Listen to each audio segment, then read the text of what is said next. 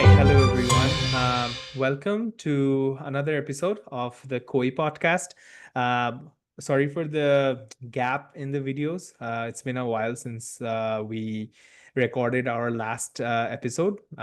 Life happens, but we're back, and hopefully in this episode uh, we have some exciting topics to discuss.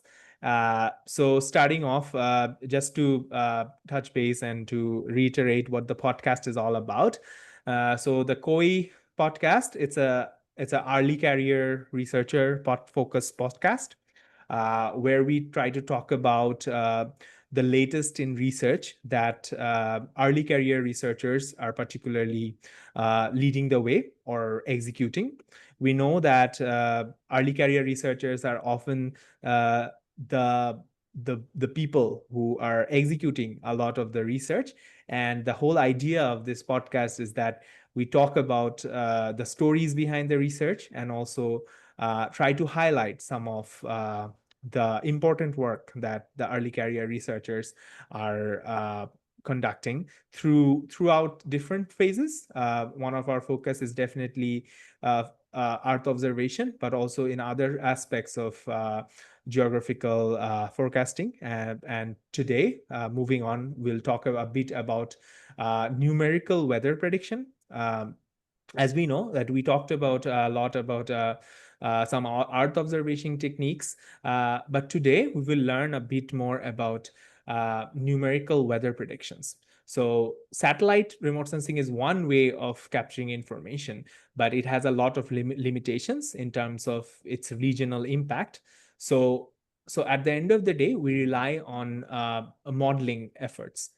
Modeling it can be of different types, but primarily numerical weather prediction systems are an important aspect of trying to incorporate different weather phenomena and how you can try to predict what will happen in the future or what the patterns will happen. Today we have with us Saurav Dey Shuvo, who is a PhD candidate at the Bard Polar and Climate Research Center at Ohio State University. Uh, Saurav recently became a PhD candidate and successfully uh, has uh, has gone through the stage of candidacy. So today, Saurav will discuss with us some of the important aspects that he's trying to ascertain through his PhD research at Ohio State University, and talk a bit about this numerical weather prediction systems. And particularly, what Saurav is interested in the blowing snow that occurs through different Arctic plains or throughout the Arctic plains, uh, and particularly the Red River Valley, which includes parts of North Dakota and also some northern parts of Canada as well. So I'll let Saurav talk more about it in details. So Saurav, if you would like to just first of all, thank you for making time to come to this podcast, and if you would like to talk a bit about your research, just an overview before we go into the details. Thanks, Marjit. Thanks for inviting me. I've been following this channel and your podcasts. You've been doing really, I would say, commendable jobs putting forward the early career scientists and researchers. So, I feel it's a pleasure for me to talk in this podcast.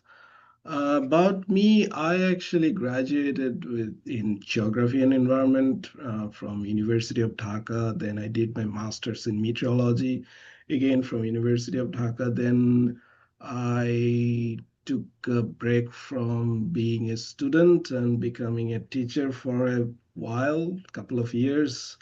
And obviously, COVID was a reason for me taking the job, but that's a personal side note. And then after that, I am now a PhD student at the Ohio State University from 2023 onwards. And as you rightly mentioned, this past summer I passed my candidacy. And so hopefully I'm on the right track to become a PhD, but things happen in life, so I don't know.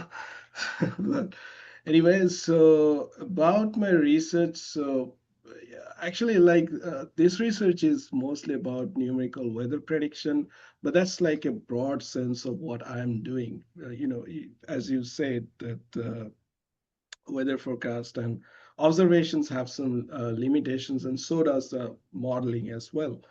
But we as like in daily life, we are always interested to know about like what would be the weather like tomorrow, what would be like if there would be rainfall, if there would be like sun, or would it be a foggy day, if it is winter, will there be snow or not.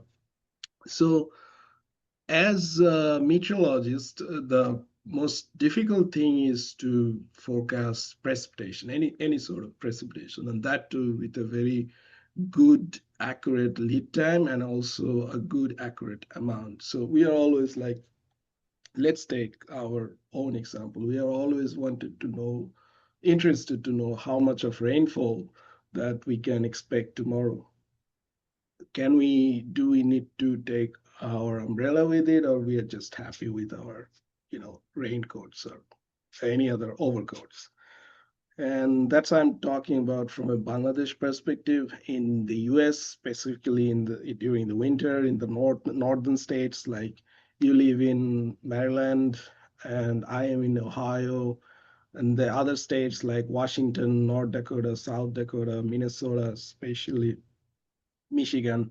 There in the winter, one of the key thing is how much of snow can we expect during the season, and also like particular days or weeks or bi-weeks and things like that. And it has its positives and negatives similar to what we have in Bangladesh.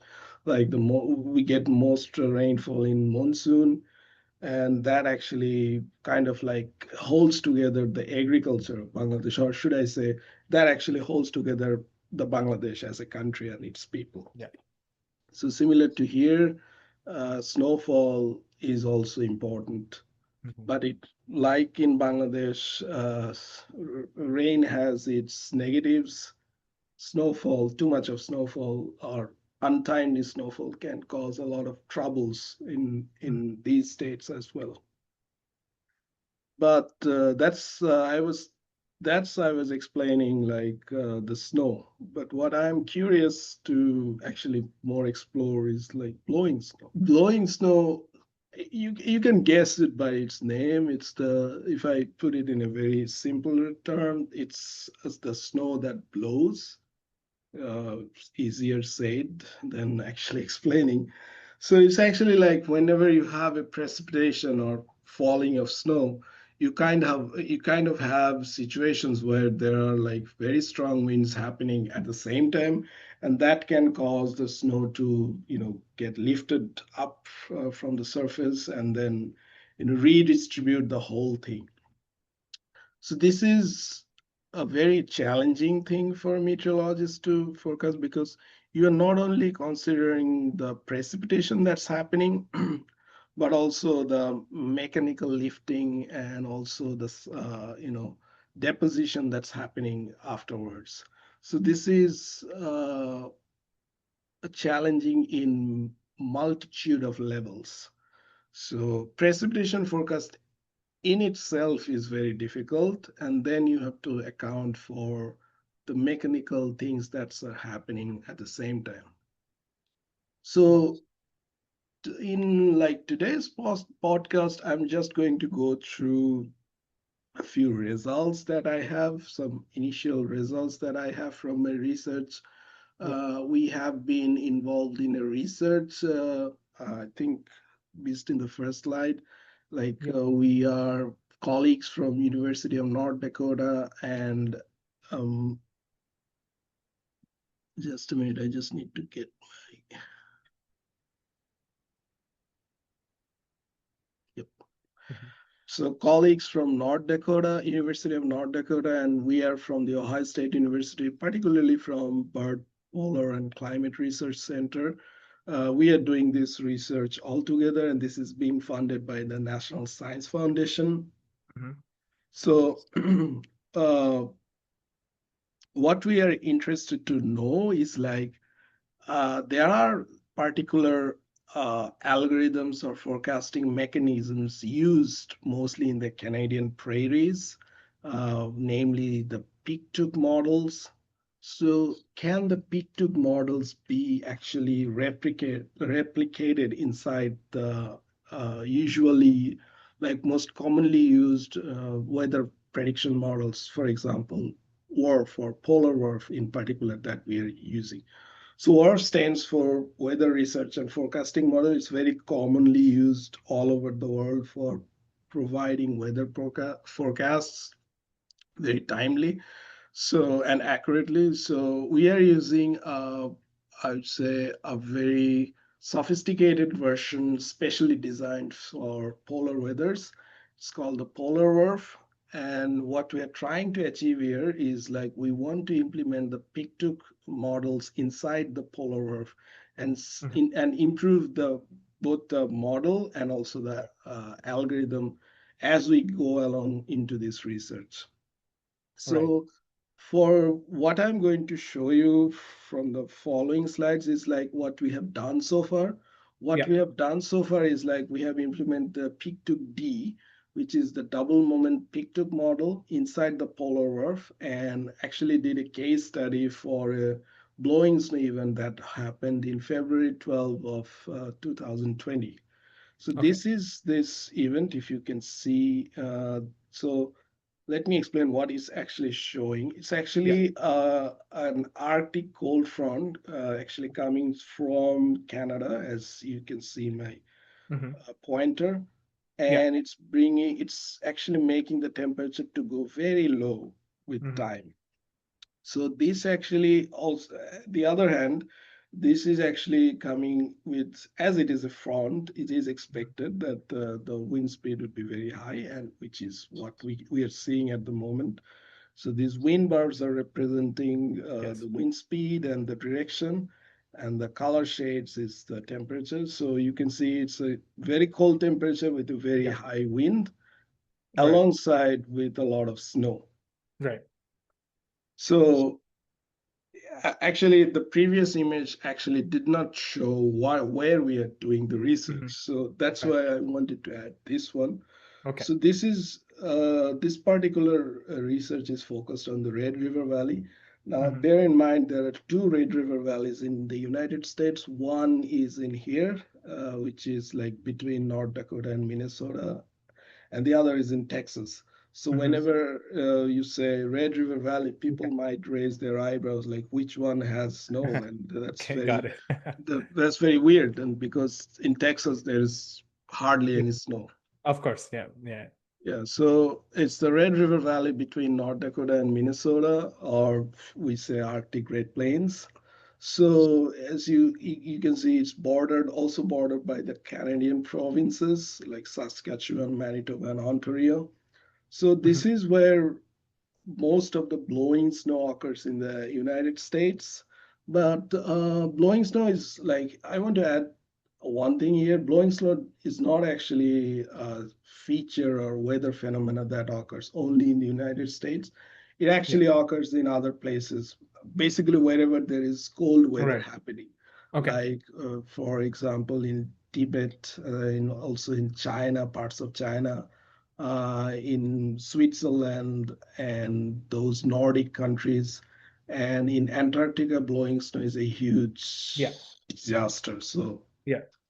so I this have is a, if you don't mind, just sorry so. for interrupting, but I have a question. So when you say blowing snow, like what, how do you sort of, so is there like particular like temperature ranges within which you can expect blowing snow, or like are there particular conditions? Like for example, is there a particular topography where it is more prevalent, or like what are the conditions for blowing snow in general? Yeah, it's a very good question. So usually blowing snow happens in valley regions or mountainous regions. Like, the geography, wherever there is a mountain, there's obviously a valley. Yeah. So these regions are particularly more susceptible to blowing snow happening, but it Okay. can happen to flatlands as well. Okay. If you have a very uh, dense coverage of ground snow or surface snow. Hmm. And if and the other thing is obviously the wind. For Okay. example, this algorithm that we are using, the peak to, is Okay. actually, it actually takes in wind speed as one of the key variables that triggers the model to, look for blowing snow happening. Okay. Okay. But then there are other physical parameters as well, and most Right. useful one is like moisture. So that's like Mhm. relative humidity changes in that. Temperature is kind of a giveaway. It's not a good giveaway because, things can get cold, but you might not get a blowing snow if, Right. even if it is very cold. Mhm. So it's obviously always the wind, and wind is triggered by pressure. So you look for Right. pressures as well, but pressure is not the pressure is not the only one indicator that you should be looking. Right. So you should be looking more of wind and surface snow. These are Okay. the two key variables that you should be So looking. just trying to sort of understand better. So follow-up question. So is this something like uh is this something like the ground snow being pushed by the wind, or Yes. is it some snow that is being brought in from other places? Or No, it's actually both. So you can have a situation where you had snowfall overnight, and okay, then the following morning you have a very high windy conditions right. that can cause the blowing snow to happen. Like the ground snow can move upwards in the atmosphere, and then obviously it will come down because Hmm. it will gain moisture, become heavier, Hmm. and then it will come down. And it also can simultaneously happen with a flow snowfall event as well. Like you Okay, have a situation where snow is falling, at the right, same time there's a very high wind speed is coming. right. So I'm actually stressing too much on wind speed because that's the very, Yes. I would say that's the only good parameter to look Okay, into right, whenever you want to see blowing right. snow. So to answer your question, yes, it's actually both. You can have a good surface accumulation of snow, and the wind can cause it the blowing snow, and you can have with falling snow if the wind speed is very high. So usually, like people like here, I put a reference of Stephen DeRye, who actually made this peak to algorithm. Yeah. So they actually take wind speed, and their threshold is like anything above 9.9 meters per second of wind. Okay. So this kind of triggers this peak to algorithm to look for blowing snow. Then it Okay. actually goes into its physics things and checks Hmm. for moisture and other Yeah. stuffs to Okay. Is this quantify blowing snow. the P2 D model that you're talking about? Is it like a physics-based model It or? is. It is. Okay. Okay. Okay. All of it is like WRF is a very physics-based Right. model. PIC2 is also a physics-based model. So Okay. both of them Okay. are physics-based models. Okay. Got it. And one last question, like, so throughout the winter months, how frequent are these blowing snow events in parts in these northern like regions? They're Great Plains. It's actually a very good question. So it actually depends on how intense the winter season is. Okay. If you have a very intense winter season, you can expect a few blowing snow events. But like for example, last year, our colleagues from University of North Dakota, they said they didn't experience any blowing snow event of that great magnitude. Hmm. So obviously it happens. And there is obviously another thing is like the spatial extent of it. Some events are very big, some events are not that big, so they're not reported, and hence no data is available for them. Yeah. So it actually depends on like the seasonality Okay. of like each year. It's but winter. but in Antarctica it's a great hazard. It's Hmm. actually one of Yeah. the concerns for Antarctic researchers. Right, of course, yeah. So I have some personal experience with that. I haven't been to Antarctica myself, but the research group I'm part of, they do Antarctic research. So I had a colleague, a postdoc, who did Antarctic research overwintering for 9 months straight in.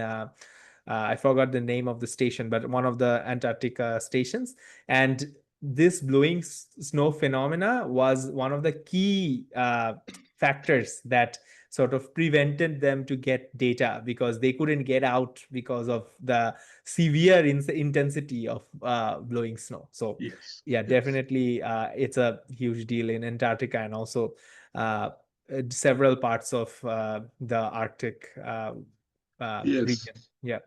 And coming from why I was curious is like, because I spent a lot of time in Winnipeg, Manitoba, Mhm. and it's a very flat land. It's a very flat land. But sometimes I don't know if it's a blowing snow condition, but sometimes the wind becomes such. I think there are at least even 40 meter per second, like wind gusts sometimes we Okay. face in the Winnipeg. So sometimes we used to face these conditions there as well. So yeah, as you mentioned, that it's not only in the valley areas, but also sometimes you can find them in flatter regions as well. Yeah. Yeah. So actually, if you want to say it, it's not the ideal way of saying it, but it's if you think about tornadoes, Hmm. these are kind of like tornadoes, but Oh, think of it as a tornado with snow. right, But right, right. and also with less severe, tornadoes are very severe. Yeah, Blowing snow yeah, is not that severe, yeah, but yeah, yeah.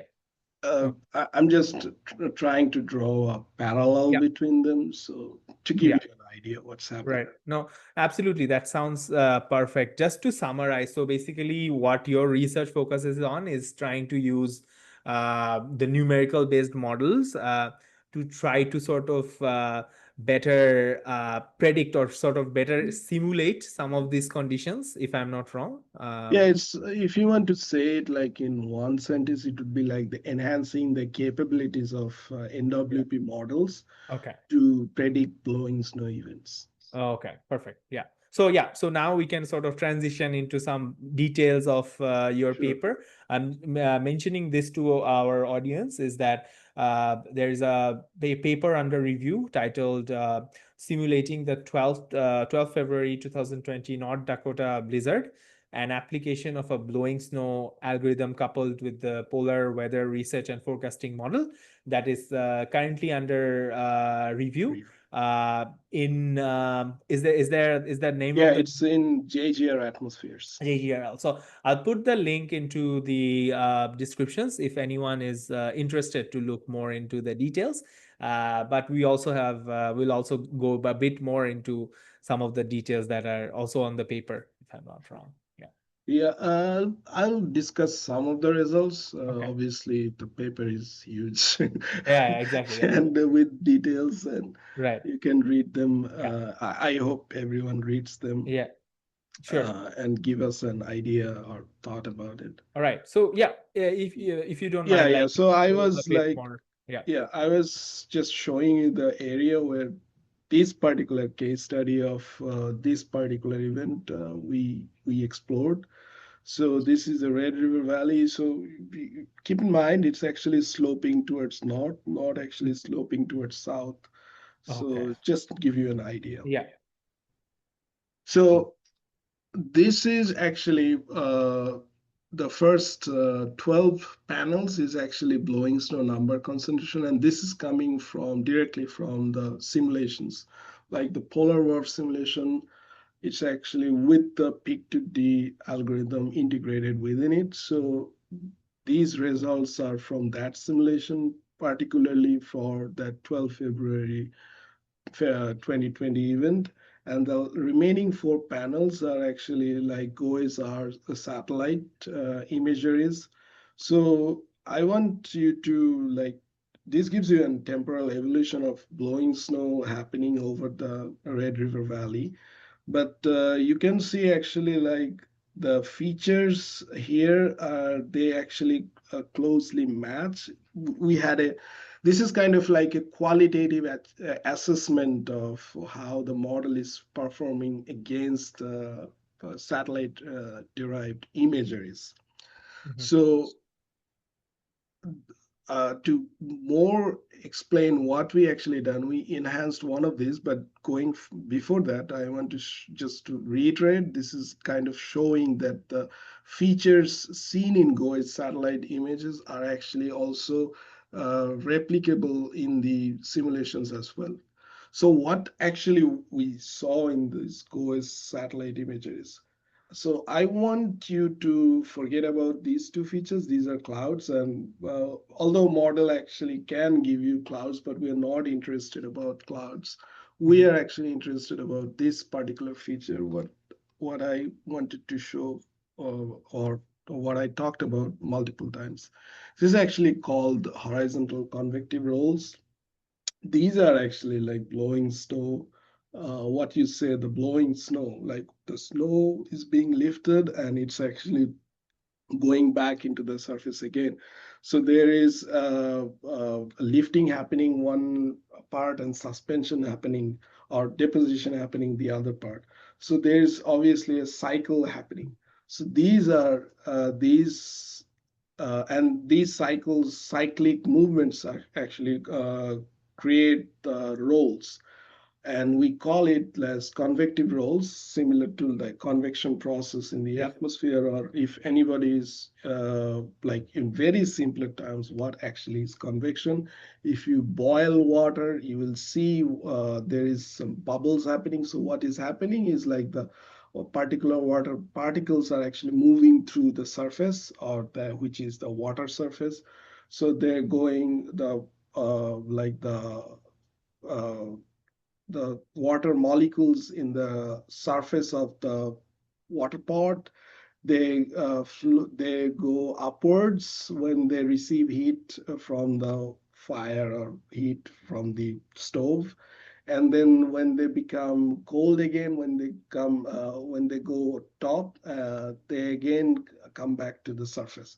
So this is how the convection happens, and that convection is causing these rolls, and we actually, it's actually called horizontal convective rolls. And we made a qualitative assessment with these convective horizontal convective rolls from GOES image to the simulated results from the polar WRF Mhm. with the peak to D model. Right. Now, this is part of like more in-depth analysis of blowing snow precipitation and sublimation. So this panel is actually snow water equivalent from SNOWDAS data, and this is on February 12th. And this one is uh, the situation scenario on February 13th, but this has two other things. This is this snow water equivalent from SNOWDAS plus the precipitation from polar WRF minus the sublimation from polar WRF. So this actually gives you an indication of how the precipitation and sublimation happening. Mhm. So you can get an estimation that actually these two figures look very identical. So there Mhm. must not be, the effect must not be that high. Well, Okay. panel D, I'll come back to panel C later. Panel D is actually telling that, because panel D is actually A minus B. So this is like Okay. what is in panel A minus what is in panel B Okay. equals to in panel D. And you can see this actually gives a net impact of what blowing snow actually caused. And you can have an idea that most of the blowing snow redistribution, or the snow distribution redistribution due to blowing snow, actually occurred along the Red River Valley and also further down towards in South Dakota. Okay.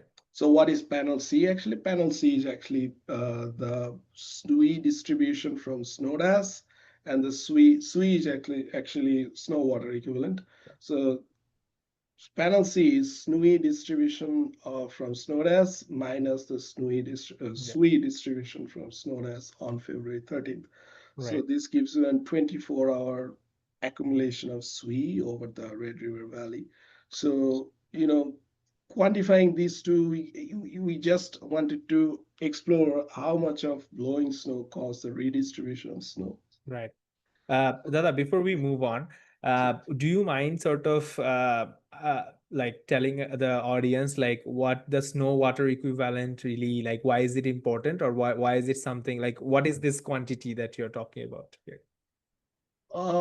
In simpler terms, snow water equivalent is like if you take a cube of snow and make it like liquid water, Hmm. that would be the snow water equivalent. Like if you take a Right. cube of snow and Yeah. apply heat and make it water, because snow applying heat would turn into water. Hmm. So that would be the water equivalent of snow, Okay. because that water, and also I forgot one thing, make sure that no water is lost. Like if you're applying the heat into the uh, snow cube, make sure that no evaporation Yeah. takes place, or the Okay. evaporation does not account for water Right. loss.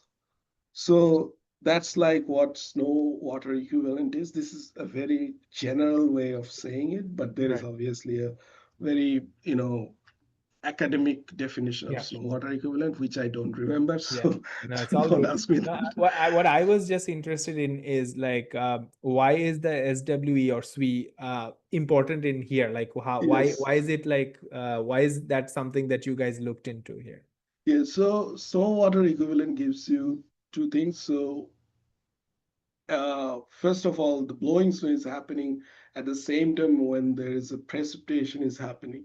So Okay. precipitation is obviously, we are all obviously quantifying it as water. Hmm.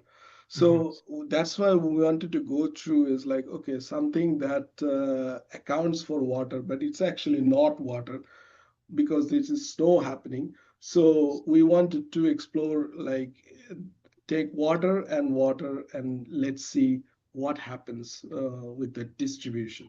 That's Hmm. kind of the broad idea of Okay. using SWE over other physical attributes. Okay. And the other thing is like it's very easier to calculate like SWE Right. from like satellites rather Hmm. than snow depth or Right. snowfall amount, which you have to go into the field and Yeah. collect it, in Yeah. situ So observations. yeah, so one last question. So the difference, the panel D that you showed here, so that would show sort of the water equivalent of snow or after No, the no. event, or I'm Yeah, not. so the difference in like panel D is actually what is left after all the SWE and sublimation has Okay. been taken off. So Oh, okay. it's basically like precipitation. Oh, okay, okay, okay, okay, okay. Okay. So, So so what the you're like sort of assuming that this is due to the impact of the event or the snow. this is, we are not assuming, we are actually calculating is Okay. what the neat impact of blowing snow on overall precipitation. Oh, okay, got it. Okay, okay, okay, okay, got it. Clear. Yeah. Okay, so this is figure. So the other thing then we wanted to explore is what's happening to the thermal and moisture conditions, because everything else before that was kind of like first one was a qualitative assessment, second one was basically a rough estimation of what's happening due to blowing snow. So then we wanted to go dive deep, like, okay, let's see what's the physics happening within the event. So what we did here is like we calculated the temperature difference. So what is the temperature difference? So we did two separate type of simulations, one with the peak to the algorithm and one without the peak to the algorithm. And then we actually showed that we calculated the differences between them, the temperature differences, and we showed the different distributions along the Red River Valley, or the domain that we used along the Red River Valley. So we found that it's actually mostly temperature difference is negative, which means the model gets colder as the front moves on, which is expected. And but there is a place where actually the model uh, actually it's not a place. There is a situation where the model actually becomes warmer, Mhm. and we were interested like why this is happening, and this Mhm. happens within this like all the cold, there's one spot or one scenario where the temperature is in positives, Okay. although I have to mention that the difference, that the magnitude is very low, like zero point 0.2 Okay. degrees Celsius. You wouldn't Yes. anybody wouldn't feel it, Mm-hmm. but it is still Okay. there. Yeah. So we actually found that it's actually due to the heat flux, the sensible heat flux.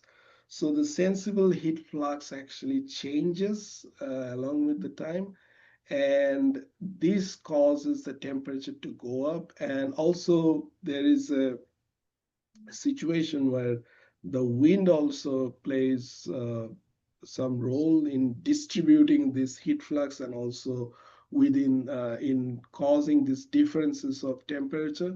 So mainly what's happening is the sensible heat flux is causing the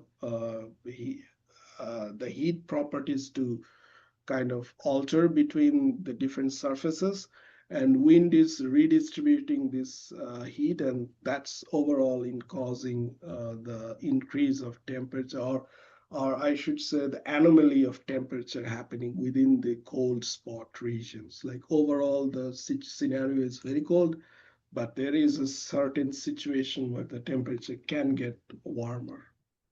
Okay. So this is that. Does that And like is that roughly in the region where the blowing snow is yeah, situated? it actually Yeah. begins like if you see the this black triangle is actually Grand Forks, North Dakota. Hmm. So which is where the University of North Dakota is, Yeah. and which is where we have a lot of observations thanks to our colleagues from University of North Dakota. Yeah. So you can see it actually begins from there, but it becomes more prominent with time, Okay. as expected, because these are UTC, and so you can understand if you like 16 UTC is like what 12, like sorry, 16 UTC is like 20. So this is like this kind of begins around like midday after. Mhm. So there is that to be taken into account. So Mhm. this is kind of give you an idea of the temperature difference, Okay. temperature profiles around the Red River Valley whenever that blowing snow is happening. Okay. Got it. So Just yeah, for one other thing, like this event, like, is this a matter of days or hours? oh no, yeah, yeah, you actually asked a very good question. This is actually a few hours. Okay. Okay. So is So this this like is from like 6 UTC to 16 UTC? no, not even that. It's actually Okay. like in Grand Forks. We have an image later on. I think it is like it starts around 8 UTC and Hmm. finishes by around 4, 15, 16 UTC. Okay. It's totally Mhm. gone. Okay. Okay. So you can understand that's Yeah. Grand Forks. It's like roughly about 8 hours, but obviously their Okay. intensity varied.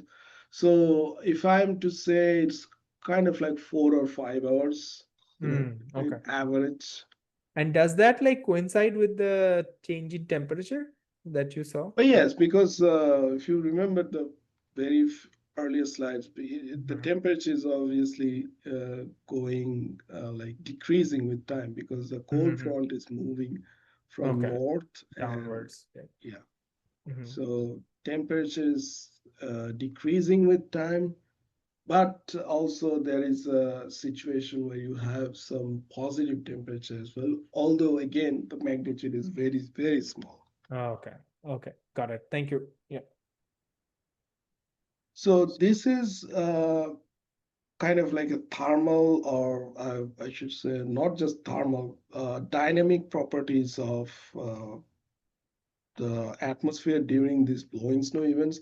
So what this is showing is the radius on observations, like we are using temperature, the wind speed, and the relative humidity, the basic three things from radius on. And we are also using the polar or simulated temperature, wind speed, and relative humidity. This is to give you an idea how the atmosphere was in general during the blowing snow hours. And all these are again from our colleagues at University of North Dakota. Mhm. So they do all the collection of in situ data, and I do all the modeling. This is how Okay. this research is going. Okay. So if I am to like summarize what's happening, so you can see that the temperature is decreasing with time as the cold front moves on, but the model becomes colder, and it is not unexpected. Model actually have cold biases in these regions, which is not unexpected. But their good thing is their magnitude is not that high. It's like Okay. 5 degrees to 10 degrees in the lower atmosphere, which is okay, acceptable. I mean, it could be better, but it's still Mm. acceptable. And the other thing is the model is also a bit moist, and which is also again expected because your model is very cold. Mhm. And the only strange thing is that the model becomes less moist in the middle atmosphere, uh, which is a strange phenomena that we are also still looking for like answers. Why is it Okay. happening? But Mhm. this is something we haven't kind of got an answer to that, but Okay. this is what we have observed. And in general, the model does what it's supposed to do, and that's why we have a good set of results that we're confident that we can show, and we can confidently say that it actually did well. Okay. Sounds good. Yeah. So this is, as I was saying, this is again kind of like an extension of the previous image, but this has multiple things. First of all, we have like observed radius and observed boundary layers and mixed layers. Like these are calculated from radius sound observations, Mhm. and we have like radar calculated blowing snow depth or Okay. height. And also we calculated d theta dz, which is like the vertical gradient of potential temperature. Uh, and we have calculated with radiosondes, and similarly we have calculated with the polar warp as well. So these are these two. So in general, what I wanted to explain here is like, so if we go back for 1 second into this figure, so first of all, the blowing snow in Grand Forks is actually happening in three specific spells. So we call them as blowing snow fronts. This is a Mhm. term that we have introduced. It's not a Okay. scientific term as of Mhm. yet, but Mhm. it will be once our paper gets published. Mhm. So this first one is this happening around 8 UTC, the second one is like 12 UTC, and the third one is like around 16 UTC. These are like specific forms when we see an increase of blowing snow activities. So you can see it begins around like 8 UTC when you have a very enhanced moisture. The Again, just to give you an idea, this shaded region is the enhancement of moisture between the two simulations, as I've said, one with the peak to D and the other without the peak to D. So you Okay. see the moisture enhancement begins around 8 UTC, then there is another jump around 12 UTC, and then again there is another jump around 16 UTC before it Okay. finally stops around like 19 or 20 UTC. So this is all of these are happening in Grand Forks or around Grand Forks. Mhm. So what are the takeaways from these figures? First of all of this is happening in mixed layer regions. So this is a good explanation of high the blowing snow activities can go. And we can see it's like a few hundred meters, about like if we take like plus or minus, give or take 400 meters from the Okay. surface, Mhm. which is not a lot. Mhm. So, but most of the activities like within 200 meters, or if I again kind of like scam it down, it would be like more like 100 meters where you see the Okay. most of the moistures are happening. Mhm. And the radiosondes and the polar warp simulated vertical structures, they have good agreements, but obviously, as with all modeling adventures, there are like disagreements too. Like here you can see the model, the pole radiosonde is saying that the atmosphere is not uh, it's less stable, but the Okay. model is also saying it's not that less stable. It is Mhm. kind of unstable, but Right. there is much more stability. But Okay. you have to account for that we haven't had a situation where we could, increase the temporal resolution of the model. So model Okay. goes for every hour, whereas Redison launches go for like every 5 minutes or every 10 minutes. So Okay. there is a difference in that as well. So that perhaps caused it. But again, there are like some disagreements. But overall, the model simulated the events better. So we are kind of like satisfied with the results. Okay. So finally, this is my final slide. Finally, Mhm. we wanted to, uh, you know, give an idea of the use of this research that we have been doing. And so we try to calculate the visibility. So this is both of it, these 6 panels, they're showing visibility. So blowing snow, as you can understand, it's a few hundred meters and Mhm. all the snow activities. And you have mentioned about your experiences in Winnipeg. Yeah. Whenever there is this blowing snow, it kind of becomes a white blanket Yeah. and you Yep. cannot see basically Yeah. nothing. Yeah. So that is a big problem, Yeah. obviously, like in the United States, where everyone has to go out and take their own, vehicles and Yeah. everything, and it becomes a big mess. Mhm. Obviously, the temperature causes a lot of health damages too. Mhm. But the most important damage it does is to the reduction of visibility causes a lot Visibility. of fatalities, I don't want to go in details, but you can Yeah. understand what happens when Right. such things happen. Okay. So we calculated blowing snow derived visibility. We used a method actually described by Theodore Ledger in his publications. Mhm. This is very popular. You can go in Google and find it. So they proposed an method. So we took that method, but we actually calculated using our like blowing snow derived parameters, the mixing Mhm. ratio we get from these simulations. So this is the same blowing snow calculation, visibility calculation from Ledger's method, and this at this second row is actually, or the bottom row is showing the visibility calculated from the blowing snow mixing ratio. The equation remains the same. It's just the parameters are a bit different. One of the parameters is a bit different. So you can see, and the circles are actually ASOS stations, like the visibility from the ASOS stations, Okay. and that is the visibility from the ASOS stations in the circles.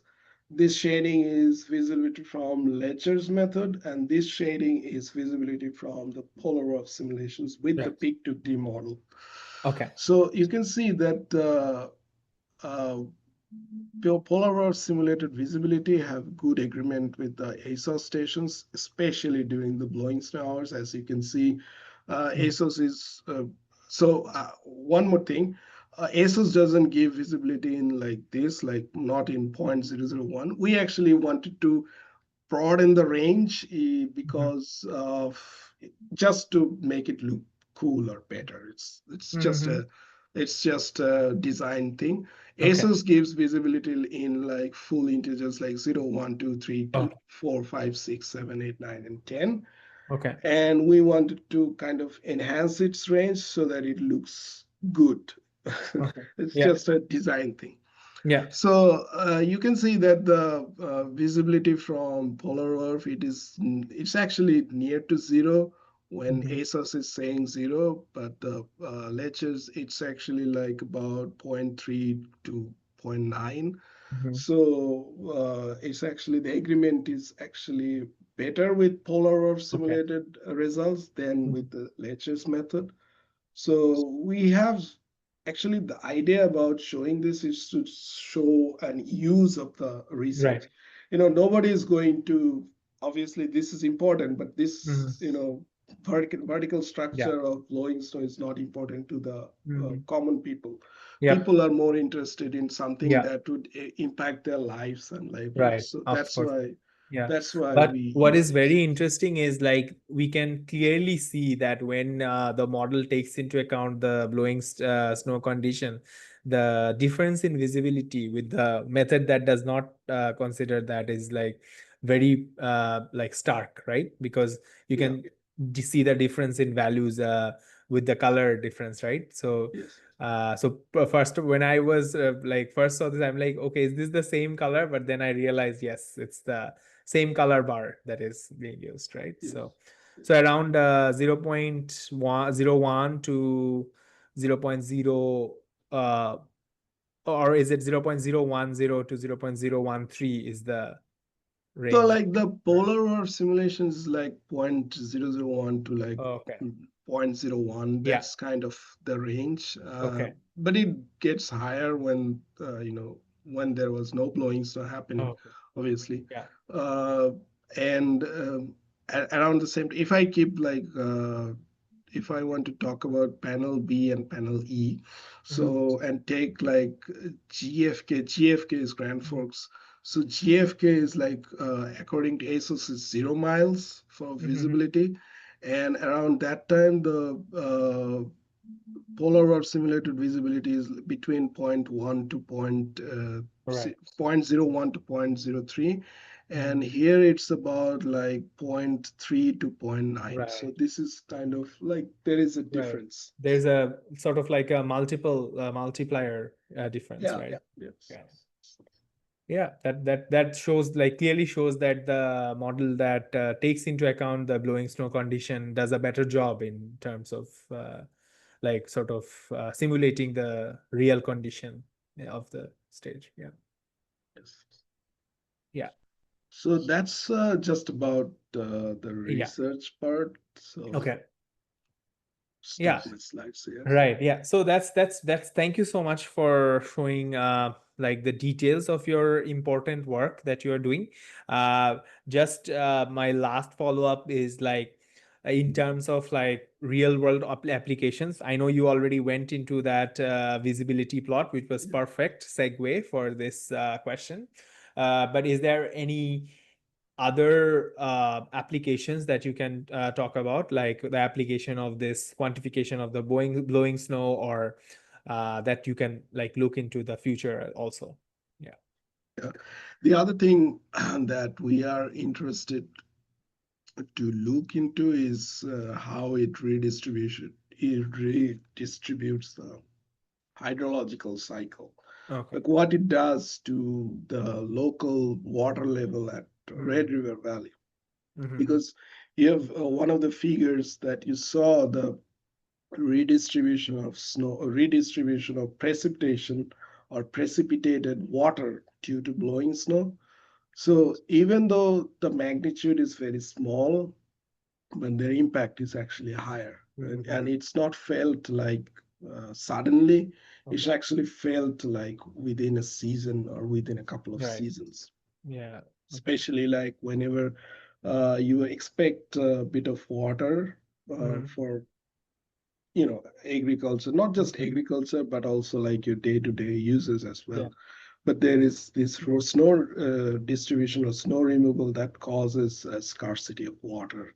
Okay. So this is the other thing that we want to look into, but it will depend on how much of ground surface data we can get. Okay. Makes sense. Yeah. Okay. Yeah, that's perfect. Yeah. Thank you so much for sharing that. I think it really shows that how important the numerical models are in terms of like trying to understand these sort of processes, right? In the Yeah. process scale rather than the Yes. big climate model scale, right? So this is one, I think this is one like larger discussion that the models, or when we criticize model, we all almost talk about like having the regional scale is often focused, but now this is like more of like uh, focusing more into the local process problems rather Yes. than the whole model problem, I guess. So Yes, and part of it is like climate models are actually are uh, they're big in space and they're big in time. So they cannot actually, even if they want to, they cannot actually go into that detail. yes. Mhm. And that would require a huge amount of computational Right. resources. So, Mhm. climate models, they're still good and they could be made better, but we Yeah. just don't have that enough computing Yeah. resources to make it that better. Yeah. Just a follow up on that, like how I know that I know for my from my colleagues who does modeling, they often have crazy numbers for the number of hours they run the model. So for your one, what are like, is it very heavy or is it very data driven, like what the model that you run, or Uh, like how intensive is the data is the running? So I can share, I think the total amount of hours that obviously there are like trials and errors, but the total amount was around 120,000 hours of that. Wow. So Okay. and it goes between it actually requires parallel computing.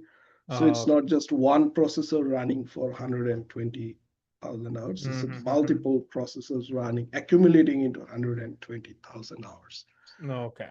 So Right. that's a lot of hours. In short, Yeah, it's a lot of absolutely. Yeah, hours. yeah, yeah. Yeah, that's a lot of hours. Yeah, of course. And so, how long did it take you to run this? So, like this simulation, this was like we designed it in a way that we run for 120 hours Mhm. for the event, like starting from this was on February 12th, so starting from February 11th to finishing at February 15th, 0 UTC to 0 UTC, so that's Mhm. 120 hours. So Mhm. one, let's say on an average, one typical simulation would take about 6 hours Mhm. to finish, but then again it's a parallel computing, so there's like I think 400 cores, so it's like if you multiply it you get a rough estimation, but this Mhm. is a kind of varying, and I'm not a computer science Yeah, expertise, but the hours are crazy. yeah. I'm pretty sure that's like maybe a VM or some server that you had to use, right? Oh, so Ohio State University has OSC, Ohio Supercomputing System. Oh, okay, okay. That Yeah. is, I think, that is the seventh largest Okay. supercomputing system in the world. Oh, okay, okay, okay. So Got it. it's huge. Yeah, yeah, yeah, yeah, yeah, yeah. So I think Definitely, it's a very it has resource like, intensive process. Yeah. yeah, so it's big. Yeah, yeah, yeah, yeah. So Absolutely. this is one of the I'm sure we'll talk about it at the Mhm. later. This is one of the reasons that we can do such Yes. intensive research here as Mhm. opposed to like, let's say, Other our places. home country. Yeah, yeah, absolutely. So, yeah, just segueing into sort of maybe shifting gears and sort of trying to talk about the man behind the research. So, I know that you transitioned in this student position. You were a faculty, an assistant professor back at University of Dhaka. So, we'd like to know a bit about your journey, like what got you like into this research, what was your motivation, and uh, and yeah, and if you have any advice for similar enthusiasts, well, our target audience is definitely researchers who are enthusiastic about maybe pursuing graduate studies in different parts, uh, and if you have any points of inspiration or points of advice for these people. Lots of questions. Yeah. To talk to you about like my journey. So, I was always fascinated about this weather phenomena as from my early days. I loved watching clouds and what most of the times my phone, the most amount of photos I take is clouds. So Okay. I love watching the cloud and experiencing the weather, Yeah. the rain, and what it can do, the wind as well. Mhm. You know, I don't know. I mean, I cannot express that, Yeah. but the thing is that I've from the beginning I always loved kind of experiencing the nature Mhm. as a whole, not just the natural beauty, but also like experiencing what's happening around me. Okay. So this actually I always wanted to study something like this. But when I began pursuing my undergrad, there was no like such subjects like meteorology or weather science. It Yeah. came very late, Yes. and when I got the opportunity, I kind of jumped ship from Mhm. geography and environment to meteorology. Mhm. And the second thing is, I love computers, which sounds odd, but I loved programmings and what it could do and what people can do with computers is Yeah. so basically nature, weather, and computer is Okay. what motivated me to do this sort of research. Okay. I'm not actually, I say that I'm maybe the worst meteorologist to explain stuff, Mhm. but I could be a competitive, let's say, computational meteorologist to make things or show things Yeah. that is happening, Yeah. uh, and in the No. atmosphere or Yeah. the weather. No, absolutely. But yeah, you did a absolutely great job, sort of breaking down your research to our audience. So, yeah, if you just like have yours, if you want to give some advice to our Yeah, listeners. so I also get this question a lot from my students is Mhm. like what to do when you want to, First of all, I always say that find your niche, like what you enjoy the most. Don't do things that you don't enjoy. Just this is I always say to everyone, don't do things that you don't Mhm. enjoy. Because Mhm. you'll end up hating it more Mhm. than you actually hate hate it in the first place. Mhm. So try to find a niche, try to find what excites you the most. Yeah. That's the important thing. And then try to get better and better with each day, with each week, each month. And how you do it is up to you. Yeah. Everyone has their own philosophies, everyone has their own success stories. You don't have to follow everyone's Yes. footsteps and Yeah. to become successful. But the first thing, the only thing I always say is find your mojo. Yeah. Otherwise, you would be lost very, very soon. Absolutely. Yeah. Yeah. That definitely like even that has come up in our podcast quite a lot. Well, and several people they were saying that yeah, at the end of the day you you have to force yourself to sort of have interest in what you're doing. No, that's Yeah. if people have to force themselves into liking something or having an Yeah. interest on something, then I think they're already lost. Yeah. Yeah. Yeah. Yeah. That's Mhm. not good actually. Right. So Absolutely. It has to be natural, right? it has to be natural. If Yeah. you Yeah. don't like something, you don't like doing something, don't do it. Yeah. Yeah. Yeah. Yeah. It doesn't have to be. People always say like, okay, let's, that's kind of like something outside of this conversation, if I Mhm. study, let's say, linguistics, Mhm. what Yeah. future do I have? It's actually not Mhm. not the subject that makes you successful or Right. unsuccessful in life. It's you actually eliminating yourself. Mhm. You self demotivating yourself is Yeah. getting you all these negative, Right. sides of life, or Right. eliminating yourself. Mhm. So obviously, if Right. a PhD is a journey, but then again, you have to think that this PhD research is not everything in Yeah. your life. There is Absolutely. Yeah. more in life. There Mm. is more research to be done. There is more that you don't know. Yes. And the most important thing is like enjoying. If you don't enjoy it, then I mean, I don't know what to Yeah. say. Yeah, yeah, yeah. Makes sense. Absolutely. The last point I wanted to sort of bring forth, I know that you moved from Bangladesh to sort of pursue your PhD. So I know that Bangladesh is sort of in the early stages of sort of meteorological research in general. But do you have any points in terms of like what could be done or what we as fellow Bangladeshis, like how we can contribute. Yeah.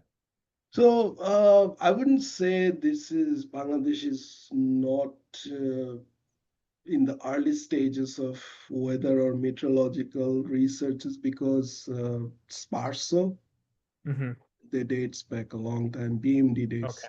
BMD is basically predates Bangladesh because it was part of IMD, which was set up by the British Okay. before the partition of India. So Okay. there have been instances of weather observations being taken in Okay. Bangladesh long Mhm. before Bangladesh was born. Okay. So, but the problem with you know in general, anything in Bangladesh is the efforts are not collective. This is kind of like this is happening everywhere. Hmm. So I think I would say there is a need for amalgamation of all the efforts. I'm not saying that everyone has to come to one particular Hmm. place or one particular people or one particular institution. Hmm. It can be done, being in separate institutions. Let's say all the universities, doesn't matter. At right now, it's only Dhaka University that Hmm. has Department of Meteorology, and that only gives you undergrads and masters and up to PhD in meteorology. Hmm. Excuse me, in meteorology. But it doesn't mean that other universities should stay behind or don't Hmm. come to Dhaka University, or everything has to be in Dhaka University. It doesn't Hmm. have to be like that. So I would say bring more efforts, and also bring them together. Hmm. That's how you can go forward. Otherwise, if you're like, okay, someone is doing this in there, someone is doing that in there, it's not going to work. And this is one point. The other point I would like to mention is, where should we put these efforts in? I believe is during my time in Dhaka University, and also following up on that, is most of our weather related researches are about enhancing forecast, or you know uh, how we can better predict uh, certain phenomena, let's say tropical cyclone or rainfall or anything, which is okay. I'm not undermining those efforts, which is fine. But I think a lot of effort is not should be done is to understanding the scenarios, or understanding the physics behind it, or Okay. understanding the what's happening behind it. Because Hmm. I see most of the researchers, they're like, okay, trying to do some sort of sensitivity analysis of seeing how the models can give you a better result. Model will always give you something. Model is it's actually designed in that way. It will give you an answer similar to like asking chat gpt something, Hmm. and it will give you an answer Right. similar to that. You put in data into it, and model will give you an answer. But is it the right answer? But is it Hmm. the correct answer? And if Hmm. so, why is that? We Right. don't ask why. We always like we are actually. all the researchers is like what, how. Yeah. We don't answer. We don't never answer, or we don't look for the answer of why. Why is it Mhm. something happening, or Yep. why is it something not happening? Right. So this is kind of like two things that I think this is Mhm. not there, Right. but when time it should be there. Right. Absolutely. Yeah. So yeah, thank you for mentioning that. As you mentioned that it's very important to ask those critical questions to sort of try to understand the physics behind the process, and also in local context, right? So as you showed in your slides here, that local phenomena can be so important in to impact global scales. So definitely for in a Bangladesh context, maybe studying some of those local phenomena are important to instead of just relying on global models, right? So thank you so much again. It was a very interesting podcast for me. I hope our listeners also enjoyed learning more about your research, and also a bit about your journey. So yeah, thank you so much. Thank you again. Yeah. Thanks for inviting me, Manjit. Yeah, thank you.